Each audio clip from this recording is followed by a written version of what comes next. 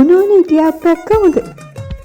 ඉතින් කොහොමද ළමයි? එන්නකෝ අපි උණු ඉටිආප්පත් එක්ක මෙන්න මේ සැරම සැර ඉටි කට්ට සම්බෝලේ හදන විදිය බලන්න.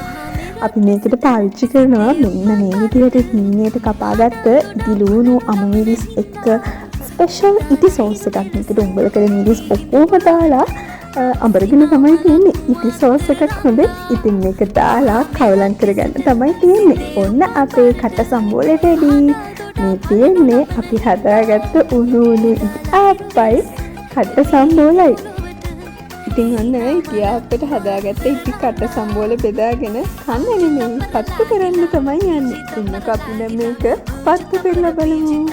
ඔන්න අපේ ඉටිආප්ප ගැන ඔයාලගෙන් කමෙන්ට් එකක් ඕනෙමයි. ගොඩක් ස්තුතියි.